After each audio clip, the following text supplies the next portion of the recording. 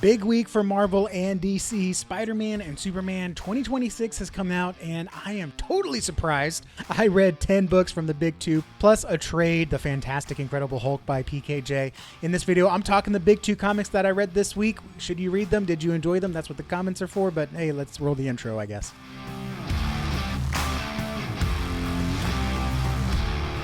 Howdy, howdy, I'm American Texan, and I wish I was a better YouTuber, but I am a huge comic book fan. I love comics for the stories, the mediums, the periodical storytelling method that it is. Other channels will deal with the drama, and boy, quite a bit of drama now on Twitter, but we're here to talk about the stories, the art, everything inside between the covers. We just want to escape from the world. We don't need the world getting into our comics. There's already too much of that as well, but I'm pulling quite a bit from Marvel and DC that came out this week. Some weeks I don't get Marvel, just about every week I get DC, and this video is all about talking about the big two. I don't consider myself a reviewer.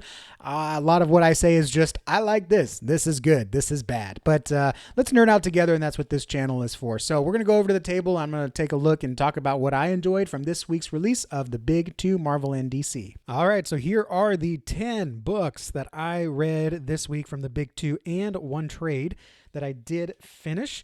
Let's take a look at the Marvel books first. I've got 4 books from Marvel. Technically, I guess maybe, I don't know, 2, 3.5, because one of them is Spider-Man and Superman, the 2026 #1. And as you can see here, I got the beautiful Gary Frank cover here. This is awesome. Okay, so we got the first story here, the main story by Brad Meltzer and Pepe Larraz. Brad Meltzer writing.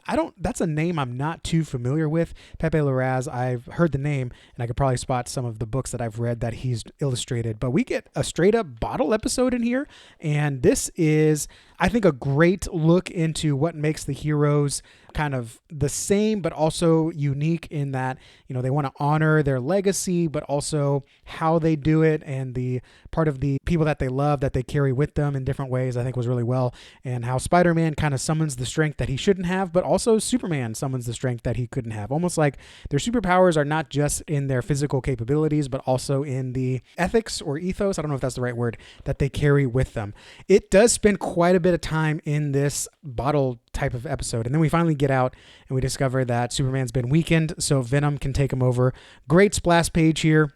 Definitely the highlight of the issue of the art, and a great, fantastic battle here. And then we end up actually going a little bit longer than I expected to, and we get a nice dialogue, not between Superman and Spider-Man, but between Clark Kent and Peter Parker. Overall, I think that was a great story. It definitely hit better, and both of the Superman and Spider-Man and Superman books definitely did a great job of highlighting what we love about the characters and just what made them so likable and inspiring in the first place.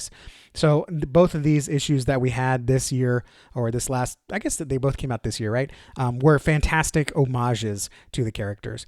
All right, we got a bunch of other stories here. I'm not going to go through all the credits. I do try to always name the writers and illustrators, but there's just too many in here. I don't want to spend too much time on that. But the Spider-Man Noir I thought was clever, using the old Superman cartoon design of Superman.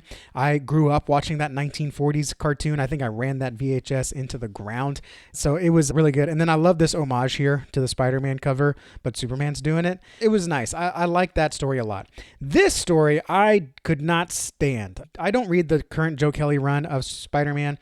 It just didn't appeal to me, anything that he's doing in there. And then Humberto Ramos, I don't have a problem with his art. It's just, again, not for me. We've got these lip-injected Gwen Stacy and Lana Lang, and I love Lana Lang. I'm a huge Lang fan. They basically get catcalled, and they respond by throwing a milkshake at the boys. Didn't care for that. Didn't care for that at all. You know, if someone's catcalling you, that doesn't give you the right permission or whatever to physically assault them. So didn't care for that. And the two are, it's kind of that Tom King-ish that he wrote in the previous crossover as well, where they're just kind of talking and almost not trying to one-up each other, but explain why, you know, their paramours are meant for them or whatever. It didn't land for me. I did not care for it at all. And the fact that we had that art that I don't care for matched with the story that I didn't care for just made this an entirely, this is probably my least favorite story Then we get the good stuff. Jeff Johns writing and Gary Frank on art. And this is just smashing your action figures together in the best way possible. I really enjoyed this one. So beautifully illustrated, and you get great action and all these characters crossing over. I love that panel with the Thing and the Hulk. Clobbering time is better than smashing time. I think it's great. And then you do get a little bit of Superman calming down the Hulk and just taking the time to talk to him. That seems to be some kind of pattern I'm noticing in Hulk stories, where Hulk is angry just because no one wants to listen to him.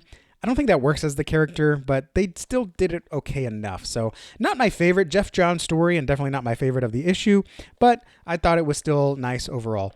Steel versus Hobgoblin. We've got this story, Ghosting. This was a nice surprise because it really was a Hammer Bro story where Steel and Thor partner up against Hobgoblin. Action was fantastic. I really enjoyed this one. And just real quick, I guess I should shout out the credits here. Louise Simonson and Todd Nauk. I'm not familiar with Todd Nauk, but it was beautifully illustrated. I really like the detail here on Hobgoblin getting covered by the nanites, or the nano steel, whatever that is. This one surprised me. I actually like this one. Remarkable. This one has Supergirl meeting Spider-Gwen, and this is written by Stephanie Phillips and Phil Noto. Stephanie Phillips, I like some of her indie work. I don't care for her Marvel stuff, but this was good. This was, the two girls being catty, which maybe two female superheroes, maybe that's how I expect them to act. I don't know. But it was done in a way that's clever. It was them trying to one-up one another, but they followed up their words with actions. I think that was the difference. They weren't just talking the talk, they were actually showing up. I thought that was good. And then their exit was nice too. But the way Supergirl just dismissed Spider-Gwen, and Spider-Gwen was like, I don't have to show you anything. It worked for me. I like that one. And then The One Thing by Brian Michael Bendis. This actually surprised me how much I like this one. You got Miles Morales Spider-Man, which ironically, he even says, my name's Miles Morales, I mean Spider-Man. Even Marvel can't introduce Miles Morales as just Spider-Man. I find that interesting. That's all I'm going to say. But Superman meets Miles Morales, and he gets to have a little mentorship moment with Miles, and I thought that was great. And then Brainiac and Dormammu teaming up, absolutely enjoyable of a read there. The final story I did not care for as well. This is probably the second weakest. This is written by Jason Aaron and Russell. Is that Dauterman? Yeah. The art is fine in here, but Jane is not written like a great character. Wonder Woman's great in this, but the dialogue back and forth between Jane is just a little, I don't know, it just didn't hit the mark for me. It was a little too, I think I hate to say it, but I think it was a little too girl power. Nothing was really earned by Jane. She just kind of showed up and she's like, I have the hammer, so therefore I'm Thor. And what she does say, Wonder Woman would wield it better, but Wonder Woman's just kind of like, nah, you're Jane. You're good. You got it. I don't know. It just didn't feel earned. I thought the idea was pretty cool. Darkseid getting the all black sword and kind of merging with, or maybe the Darkseid's the King in Black.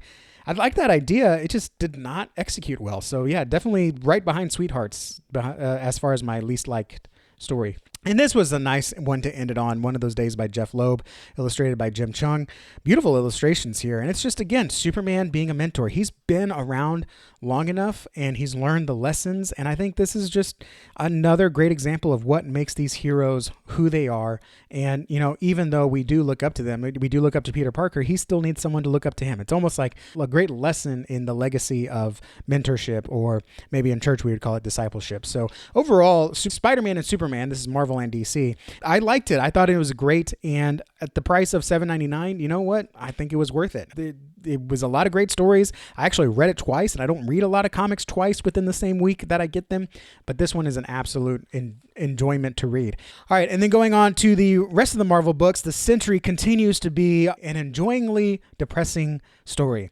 I liken the storytelling here to BoJack Horseman. That's a weird connection, but hear me out. BoJack Horseman's a comedy cartoon on Netflix.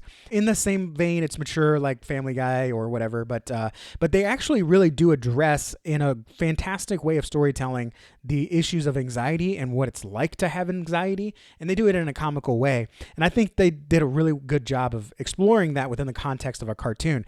The Sentry here is doing a fantastic job exploring depression within the context of a superhero, and it was a breath of fresh air. So this is written by Paul Jenkins and illustrated by Christian Rosado. and beautiful illustrations that really match the theme and the tone here. I don't know too much about Sentry. It was a little bit of a slow start. I read this actually at the car dealership. Fun fact, if you follow me on Twitter, I do my book reviews as I read them, and you'll always notice the background whenever some of it sneaks into the picture of the comic that I take a picture of. They're always different because I don't ever get to read in the same place. I don't have a reading nook, so to speak. We find out what happened to the Kingpin. The Void really took him out, and there's a really great battle here between the Hulk as the crystal virus, whatever is hitting New York, infects Hulk, but Hulk is fighting it off. But of course, that can sometimes be more painful than just succumbing to the disease. I think we've all had experiences like that. And, a great battle here. And then we kind of continue on to the Sentry dealing with his depression. And I think there's a great balance here that the Sentry always has to deal with the karma of all the good things that he does as the Sentry. The Void undoes it. And so when you're dealing with depression, how do you get out of it? You can't do good things because you're just harming someone else. I like that conundrum, and I'm interested to see where Paul Jenkins takes it, because there's no good answer. There's also maybe no wrong answer, depending on who you talk to. So I'm interested. I think that will be a great story to continue reading. Also, the Hulk Smash Everything, this finishes with issue 5. And unfortunately, I think issue 5 is the weakest of the series. This is written by Ryan North, who I typically enjoy, and illustrated by Koratu. I should get the first name, but I don't have it in front of me. This is really cool. And so this is ending with the Avengers and X-Men, everyone teaming up to try to get the Hulk to stop trying to break the planet. Here we go. Here's the Vincenzo Koratu. And overall, it's beautifully illustrated. I think it's got a nice theme in this issue, but this issue lands on a theme. Again, like I was saying, people are just saying the Hulk needs to be listened to. Everyone goes fisticuffs with the Hulk first, when what the Hulk needs to do is be listened to. I don't think that matches with the Hulk here, because you can see the things coming up and saying, hey, buddy, let me help you out. Also, there's a line in here. I mentioned it on Twitter. There's a line in here about the planet's going to finally crush Hulk, because Hulk can't hold the planet up forever. But the dude just survived a black hole, so he totally could. That was a little deaf to the arc. But overall, this issue, theming-wise, wraps up nicely as an individual issue, but as the ending of the finale, it's almost ending a different story, and there's a little bit of a disconnect for me there. That said, if you're interested in the story, I think it will work great as a trade. It definitely worked great as single issues, because every issue was its own unique story development plot within this overarching arc of the Hulk just constantly getting more and more enraged as people try to kill him. Overall, I still recommend it, and I think it'd be a fun read as a trade. Lastly, I got the Infernal Hulk number 6. We get the introduction of the Hellbuster armor. This was so cool, and this is one of the things that some people hate about comics. I don't mind it because it lets my imagination run, which is Tony just shows up with the Hellbuster armor. There's no explanation as to how he got it. All we know is that he found the spear from the One Above All, and he used that to make an armor. Like, that's it. Here we go. And then they just start fighting. I also love that they have a halo here behind Tony, so I think that's a great... I don't know who designed this. By the way, this is written by Philip Kennedy Johnson, illustrated by Nick Klein. This is Klein, right? No, this is not Klein. This is one of the backup artists, Adam Gorham. Man, beautiful work, Adam. Man, oh my goodness. So I don't know whose decision was to put the halo behind the Hellbuster armor with the wings, but it was a great decision. I really enjoyed that one. This one's just good old-fashioned beat 'em up. We've got Demon Hulk essentially fighting the Avengers and the X-Men, and no one can seem to take him down. And you're kind of left wondering what's going to happen, or you're kind of left hopeless. And then it does end with a little brief stint on not after story, not backup, but what's going on with Charlie. So you find out what she's doing. So again, I think this is a really fun, unique take on the Hulk, and some people, this isn't for them. They want to read the Hulk and they don't want to read about Demon Hulk. Totally get it. I guess technically Bruce Banner's not even in this one, but it was still a really fun read.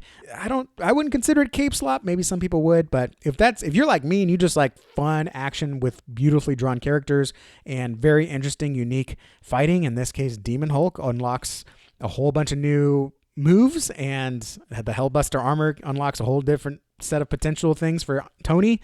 You're going to love this. So Infernal Hulk definitely was great.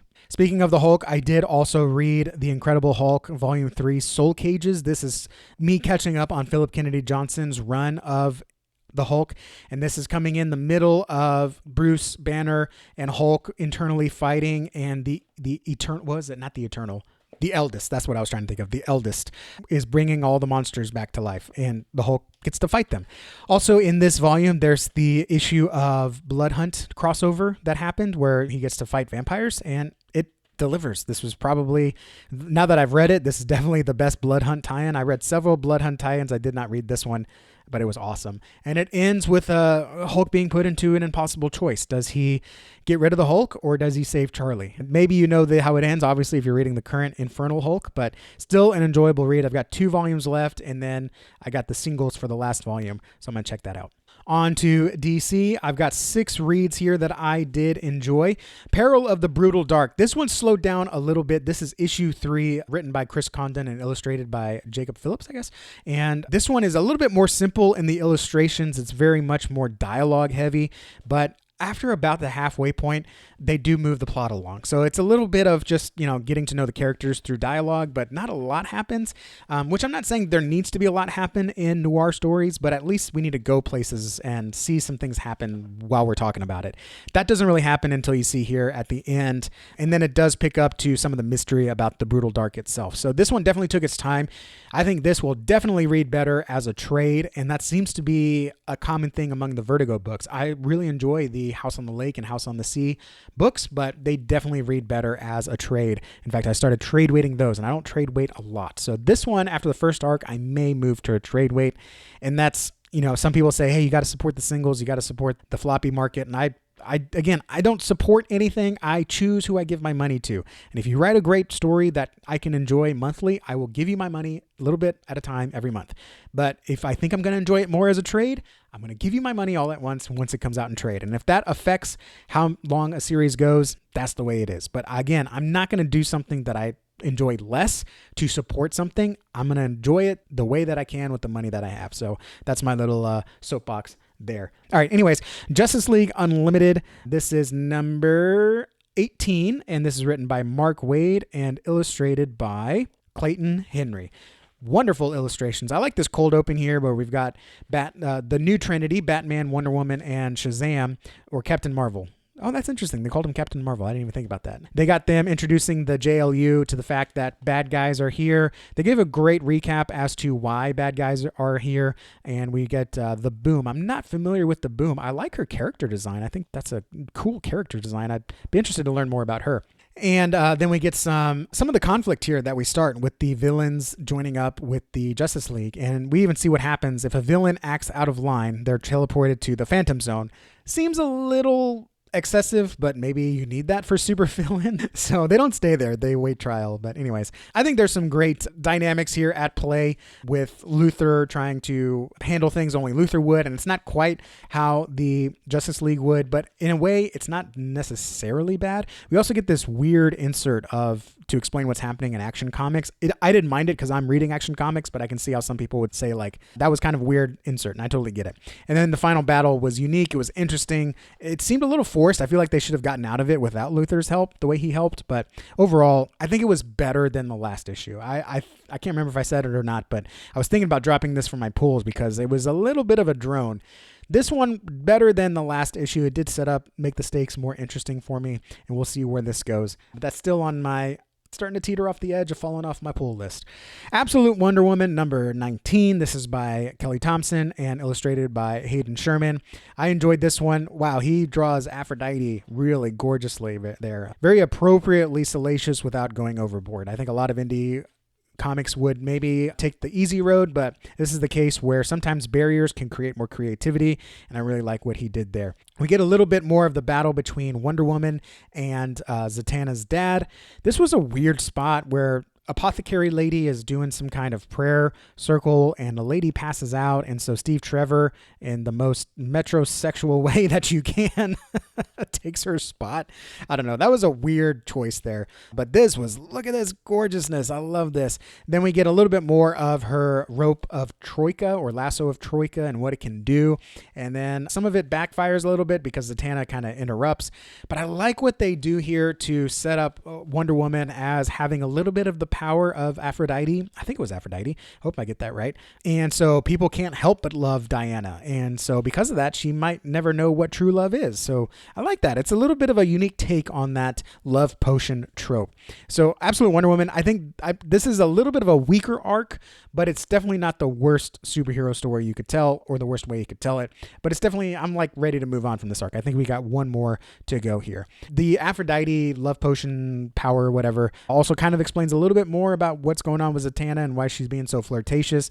I like that. It's not just flirtatious for flirtatious sake. It actually has a little bit of story and plot behind it. So I appreciate that. I'm glad they did that. Then the Flash number 32. This surprises me how much I enjoyed this one. I'm not a huge Flash guy. This is my first time reading Wally West, and Ryan North, again, doing what I love and writing a fun science fiction story.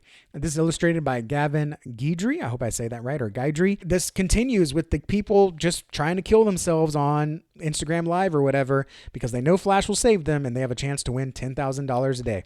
And you can see how it's interrupting Flash's home life. I mean, what can you do, right? How can you go to bed in peace knowing that someone tried to kill themselves and you could have saved them, but you didn't? It's a hard thing. Like, we deal with that in churches too. When I used to work at a church, pastor has to have time off. But what do you do when someone needs pastoral counseling and you're off? You have to make that decision. You have to set those barriers. And by the way, the pastor needs to take care of himself and needs to have time away from his phone. And the church needs to set up protocols for that. And that's all I'm going to say on that. This is a comic channel, but whatever. Here's the little part where like the sciencey stuff is explained in a humorous way. And Captain Cold is inserted here, but I think he's inserted in a nice fashion. And I can't explain exactly what I love about this, but the combination of humor, science, superheroics, morality, the plot that's arisen, and Captain Cold being introduced, and then of course the family dynamics. Also, the cover actually matches what's going on in the story. Don't get me started about that Green Lantern. This was a fantastic read. I don't want to spoil it, but it's definitely top 3 where it lands on my top 3 list. All right, Green Lantern 34, 2 books left here. And here we go. The cover does not match the story. Flash is not in here. They don't make a car out of Green Lantern light. They're not in Beverly Hills. Quite the opposite, actually. They don't have money. But we get Kyle Rayner here, and this is actually split between Kyle Rayner and Hal Jordan. We get a little bit of an intro battle here, and I do like that when Jeremy Adams is writing these Green Lantern stories, if there's not much developing in Kyle's story, he starts it off with a cold open battle. So every issue has a battle, and I appreciate that. I understand not everyone likes that, but I appreciate that because everything else that happens with Kyle Rayner in this issue is just talking. So I'm glad that we get that battle here. We also get Hal Jordan having a meeting with the young, what is the Green Lantern Corps people, the Yodas, the Green Lantern Yodas, that's what I call them, the Council of Oa. They make an appearance and now they want to kill Hal. So you get some development with that. So overall, I'm impressed. I thought it was going to be all Kyle, which I like Kyle. He's my favorite Green Lantern power-wise, but I've really fallen as I've matured more into what Hal Jordan has to do just as an older Green Lantern, maybe even more of a midlife Green Lantern. What's her name? The time traveling chick here doesn't have too much going on, but she is a little bit a part of the story, but she's not as active in it as I think many people were hoping. But overall, Green Lantern, I enjoyed it. It's not quite what I was expecting, but I'm still in it because it's still great stories by Jeremy Adams. And finally, Superman number 37, written by Williamson and illustrated by Dan Mora. We get a great cold open here of Prime and what he's been up to. And I love this dialogue between him and Ma and Pa Kent and how he's so like nonchalant about being a real life comic nerd and what Ma and Pa Kent are like, how he sees them as comic book characters, but he doesn't see down on them like Gwenpool does sometimes. And then we get this interesting dialogue here. He says, there are some fans who prefer Clark Kent's parents dead or like that you had another heart attack, John. Surprisingly, Mark Waid wishes you two were 6 feet under. And then it actually has a editor note. This is true from Mark Waid. And I believe that. I think that's pretty funny. I take that for what it is. It's just a comic book joke with a little bit of truth behind it. But also, you know what? Mark Waid is doing some really good stuff right now in Action Comics with Ma and Pa Kent. And so respect to the man who can divorce his own feelings and still write a great Superman story, despite, maybe how he wants the continuity to be. So anyways, respect on that. We get quite a few bit of scenes in here with Prime adjusting to everyday life. And then we get this little appearance here of him working at the comic shop. We get a little bit of flashback here, and we learn that he is a Spider-Man and MJ shipper. Obviously, this is what it's calling back to, so I can appreciate that. I think that's Williamson doing some fan service, saying like, hey, he's one of us. And then he's got a fun shirt here, bring Red Hood's helmet back. I just love the little jokes in there. Like, they're not distracting. If you don't get them, you don't get them, but they don't take away from the story. You're not sitting there thinking like, what was I supposed to get out of that? And then we've got some development here where Prime goes to Gotham, runs into Damian. They have a nice little dialogue here. Not so much mentoring, but he does help him with the Clayface problem. Clayface does the man dirty and turns into Superman, which Prime sees right through. So I appreciate that. That really didn't go anywhere. And so overall, it was a really interesting dynamic. And the last page gives a great tease as to what's coming. I'm glad there's a character in here we're not seeing the last of. It wasn't a throwaway. I think it will be a great payoff. All right. So out of all these books that I read, it seems like I read a lot. Oh, I guess 10 issues is a lot, especially in less than a week. Out of all these books that I read, I think not a single one of them I would say I regret reading. So it's going to be a little tough to pick a top, but I think I'm going to go Infernal Hulk #3. I'm going to go Superman #2. And I got to give it to Flash. Holy cow. Again, #1. The Flash hit all the right things. I think I gave each of these a 5 out of 5 on League of Comic Geeks. The Flash, again, the family dynamics, the humor, the science. Superman, the fan service without being overly nostalgia baity, and Infernal Hulk with just being a good comic, just enjoyable. Let's just have great art and a great battle with the characters that we have right now on the board. So there's my top 3 for the week. So there you have it. Spider-Man and Superman, while it was a good book, just did not hit my top 3. But if you are sleeping on Infernal Hulk, you can definitely check it out. I think you can jump in with #1. You don't have to read The Incredible Hulk before that, but it does help. But man, the art in this is just fantastic. And I would say go ahead. If you're a science nerd like me, if you fall asleep listening to black hole videos, if you took Physics 2 AP in high school for fun, I think you're really going to enjoy Ryan North's Flash. And if you're a super comic nerd, I don't even know if I'm a super comic nerd, but I am a comic nerd, you'll definitely enjoy Superman. Thank you guys for watching. Like this video if you like this video, and subscribe for more comic book videos. I'm going to try to get an indie, let's talk about indie video before the next new release. Subscribe for that. So thank you guys for watching, and I'll see you all in the next video. Adios.